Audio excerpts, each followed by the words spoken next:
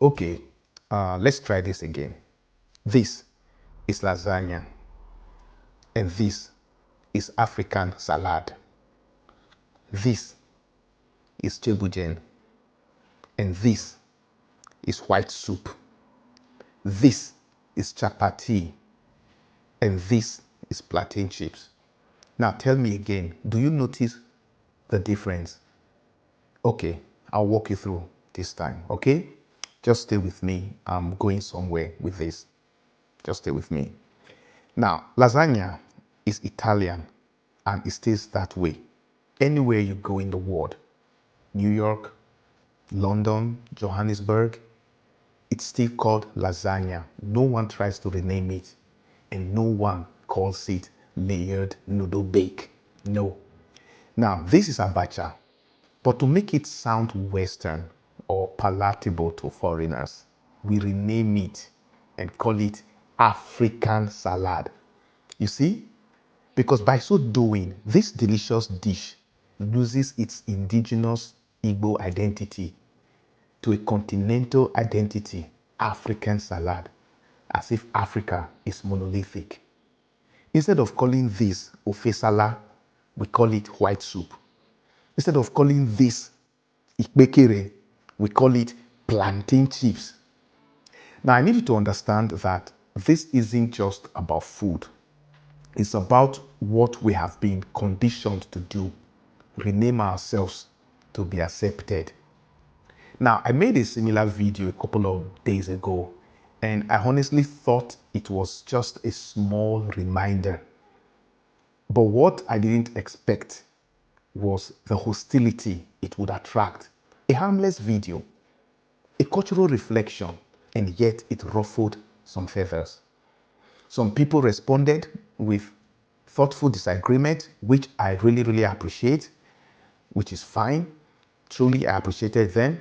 But a large number were aggressive, rude, entitled, insulting, as if telling people to be proud of their native language was a crime, as if reminding us of what we have lost was an attack. But let me make this very clear. I'm not here to make your ego comfortable. I'm not here to massage colonial pride. I'm here to say what must be said. And if that makes you uncomfortable, good. Maybe it's time you started feeling something again, because I don't know if you feel anything at all. We are not talking about explaining food here. We are talking about habitual erasure. Let's be honest. We don't translate our food because we love education. We translate because we've been taught that our names are not valid. We simplify not for clarity, but for comfort. Theirs, not ours. Some of you said, but in Nigeria, we speak different languages. Yes, we do. And that's not a problem. It's a treasure. Ema in Edo is Inyo in Yoruba, Utaraji in Igbo. I hope that was correct.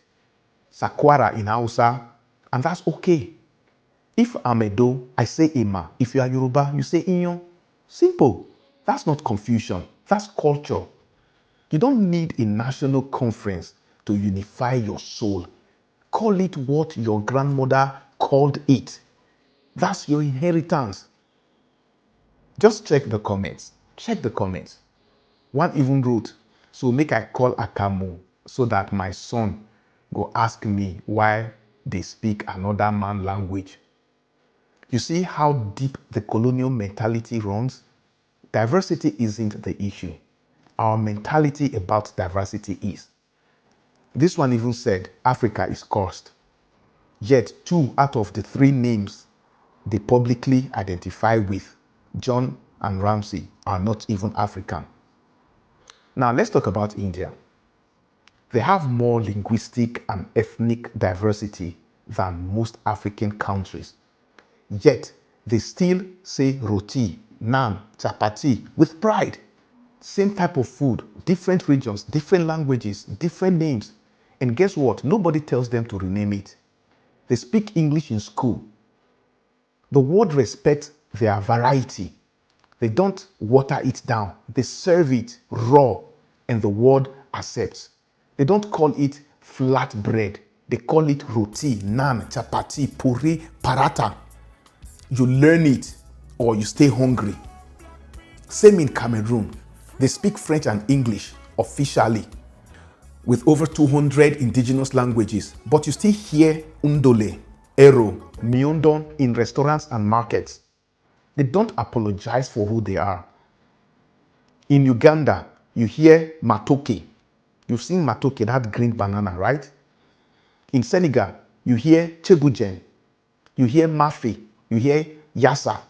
But in Nigeria, we are out here renaming our own heritage for easy communication. Who taught us to see our language as a burden? Who taught us that? Now we open eye pass, now we shine eye, now we sabi pass. And to those who have been saying, stop this, there are bigger issues. This is not what we should be focusing on. Nigeria has bigger problems. So what's the problem with food? Let me say this, with all due respect to that lazy and distracted mentality. If you can't even name your food with pride, how will you name your gods? How will you name your kings? How will you defend your land, your language, your children? This is not just about food. This is about memory, dignity, and ownership. And before you say again, there are more important things, let me ask, is identity not important? Is dignity not a big issue? Is decolonization only valid when it fits your limited definition of struggle? The truth is, we are not ignoring bigger issues. We are confronting them one layer at a time. Because all of these issues are connected, be it as it may. Language, naming, food, power, they all flow into each other. And every time we rename what is ours to make it understandable, we are chipping away at the walls of our identity. And some of you with PhD and foreign degrees still think colonization was only about guns and flags. It was also about vocabulary, for your information, about convincing you that your real name is too long. Imatitukwa, and then you change it to Titi, Kayode to K, Chukudi to Chuks. They tell you that your food is too strange. It smells weird when they traveled the world round trying to lay hold of your spices. They tell you that your skin is too dark. Then you start bleaching. They will tell you that your language is too primitive. And now we have internalized it so much. We defend our own erasure with logic that sounds intelligent but is rooted in shame. Let me repeat this for the last time. This is not about food. This is about the mind that names the food. This is about the power behind naming. This is about how we are trained to translate ourselves and call it humility. No, enough of that. Say it as it is. Ema, inyo, akpu, ofensala, tuwo, abacha. Say it in your language. And if they don't understand, then let them learn. You don't have to agree with me. No, it's not a must. And that's a good thing about having different opinions. But if this upsets you, ask yourself, why does pride in African identity offend you more than the systems that stole it? So to everyone who sees the bigger picture, I say thank you. And to those who don't, stay mad. I'm not here for your comfort. I'm here for your consciousness. So if you can't read between the lines, it's up to you.